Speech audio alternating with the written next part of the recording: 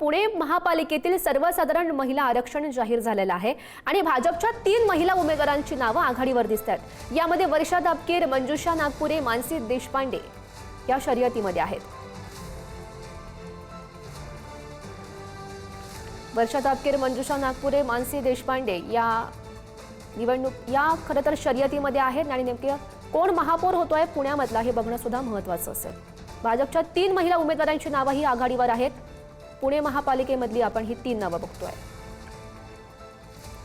आणि या संदर्भात अधिकची माहिती जाणून घेऊयात। आमचे प्रतिनिधी ज्ञानेश्वर चौतमल सध्या आपल्या सोबत आहेत। ज्ञानेश्वर, आपण बघतोय पुणे महापालिकेसाठी सर्वसाधारण महिला आरक्षण जाहीर झालंय। 3 नावं आपल्याला दिसतायत। या भाजपच्या 3 महिला उमेदवारांची नावं आहेत ती आघाडीवर आहेत। काय नेमकं चित्र आहे तिकडचं? बरोबर, ही 3 नावं जी आपण सांगतोय जी अनुभवी आणि प्रमुख दावेदार असलेली नावं आहेत, पण यासोबत अन्य काही महत्वाचे चेहरे देखील पुण्यामध्ये आहेत ज्यांची चर्चा महापौर पदासाठी होते आहे।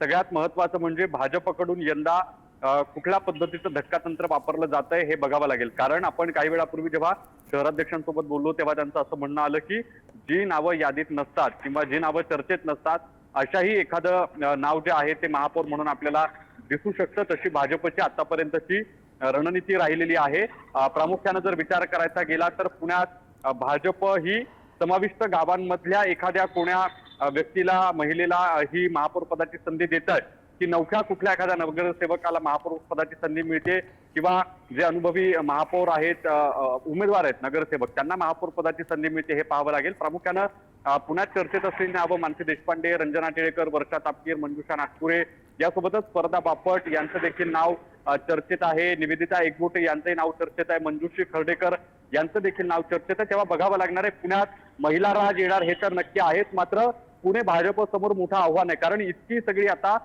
महिला राज येण्याच्या निमित्तानं आणि सगळ्यात जास्त भाजपच्या महिला नगरसेवका निवडून आल्यानंतर कोणाच्या गळ्यात महापौर पदाची माळ पडते हे पाहणं महत्वाचं ठरणार आहे। अनेक जण जे आहेत ते इच्छा व्यक्त करताना आपल्याला बघायला मिळतात, तेव्हा ती संधी कोणाला मिळते, महापौर पुण्याचा कोण होतं हे पाहावं लागेल।